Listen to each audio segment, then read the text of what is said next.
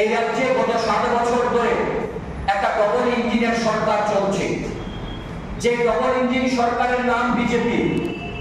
এই 7 বছরের double engine সরকারের শাসনে 2 বার রাজ্যের মুখ্যমন্ত্রীর পরিবর্তন হয়েছে। এই ডবল ইঞ্জিনের সরকার রাজ্যের বিভিন্ন প্রান্তে সরকারি অনুষ্ঠানে সাংবাদিকদের মুখোমুখি হয়ে আমাদের রাজ্যের বর্তমান যিনি মুখ্যমন্ত্রী ডক্টর মানিক সাহা, তিনি এই রাজ্যে বেকার সমস্যার সমাধান নিয়ে কথা বলে আপনাদের কাছে বলার চেষ্টা করেছেন আমাদের যুব কংগ্রেস সভাপতি নীলকমল সাহা। আমি আপনাদের কাছে বলবো যে আমাদের রাজ্যে বর্তমানে আমরা ভারতবর্ষের উত্তর পূর্বাঞ্চলে ছোট্ট একটি পাহাড়ি রাজ্যে বসবাস করি, যে রাজ্যের জনসংখ্যা প্রায় 40-42 লক্ষ হবে। তার মধ্যে বর্তমান সরকারের দেওয়া তথ্য অনুযায়ী এই রাজ্যে নাকি 7.5 লক্ষ বেকার আছে।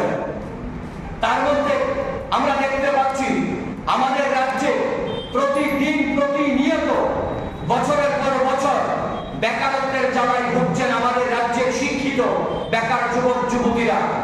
এই ডবল ইঞ্জিন সরকার এই বেকারত্বটাকে মিটিয়ে দেওয়ার জন্য, বেকারত্বের যে বৃদ্ধি পাওয়া তার সমস্যার সমাধানের জন্য রাজ্য সরকারের কোনো ভূমিকা আমরা দেখতে পাচ্ছি না। একদিকে শূন্যপদ বৃদ্ধি পাচ্ছে, এই রাজ্যে নেই কলকারখানা, এই রাজ্যে নেই সরকারের দেওয়া কোনো কর্মসংস্থান। যদি বিস্তারিত আপনাদের কাছে একটু সময় আমরা তুলে ধরি, 2018 সালে রাজ্যে বিজেপি সরকার ক্ষমতায় আসার পর 2024 সালে 24 এবং 25 সালে এই বছরে আমরা যদি বাজেট অধিবেশনটা দেখি, এক নজরে বাজেটে বলা হয়েছে এই বর্তমান বিজেপি সরকারের দেওয়া বিধানসভার তথ্যতে বলছেন আমাদের রাজ্যে নাকি 31,000-এর অধিক আমাদের রাজ্যে শূন্যপদ আছে। 31,437টি শূন্যপদ আছে।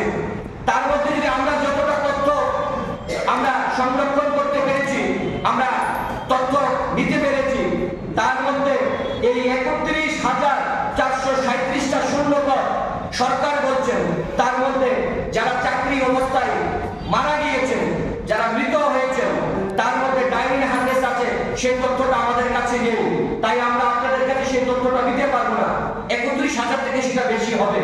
তার মধ্যে এখনো পর্যন্ত এই 7 বছরে এই ডবল ইঞ্জিন সরকারের শাসনে বহু সরকারি কর্মচারী সরকারের অবৈধ কাজে সাড়া না দিয়ে মানসিক চাপ তাদের উপর সৃষ্টি করা হতো, সেই প্রেসারে আমাদের রাজ্য থেকে প্রায় 2,000-এর অধিক আমাদের রাজ্যে যারা সরকারি কর্মচারী, যারা স্বেচ্ছায়